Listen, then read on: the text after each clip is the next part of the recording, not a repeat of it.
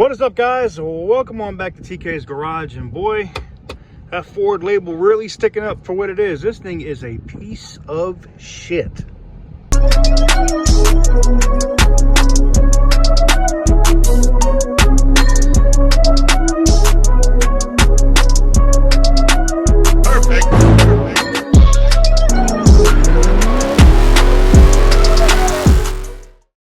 As it bucks and it's gonna stall. What's up, guys? Welcome on back to TK's Garage, and I am in this 2019 Ford Edge Titanium, and this thing just crossed 50,000 miles. Now I think, you know, I've had it almost a month, right? I did drive it to Cali and Arizona, and I've been around in it. I put like 4,000 miles on it. 1,000 feet, turn right. This thing right here is a total piece of shit, and I'm wondering if the people that have those Broncos that are having the motors grenade and blow up like at 50 and 60 and 70,000 miles are the same engine that's in this, because this one has stalled on me now 3 times today, and sometimes during acceleration it's like bucking. It could be that the turbo is failing. It is eco trash.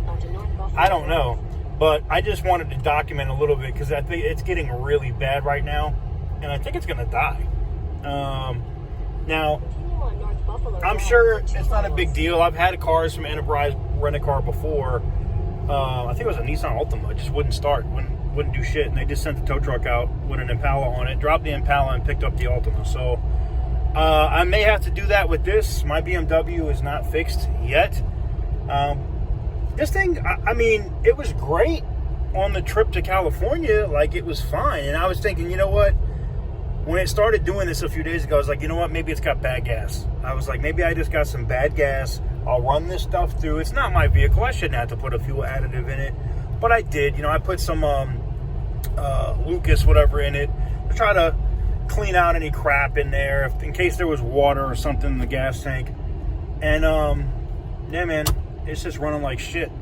Like, I'll get to a light, and it's just like the wheel and stuff is vibrating, like, you know what I'm saying? Like, remember those cars where the idle was so low back in the day, where it'd be like, you thought it was gonna die, so you'd have to put it in neutral and give it a little gas? You youngsters probably don't know about that, but us old school cats, you know, if you're 30 and older, you know what I'm talking about. I had a 4.3 Vortec. I used to have to do that in my Blazer. There it is right there. It's doing it again. It's just like it's gonna stall, and it's not low on gas or nothing. Like, I've put a whole thing of it was nice, even I filled it up with premium to try to help burn. Maybe it was like carbon deposits or something in the engine. It does have 50,000 miles on it now. So, but no, I was looking online, and evidently these are big pieces of shit. And you know, like, it's got the Bang & Olufsen sound system and everything else. And let me give you a quick tour of the inside. It reminds me a lot of my Lincoln Continental with the screens on the side. I just had a bigger screen in the middle. And, you know, this switch knob thing reminds me of my sister's Ford Fusion.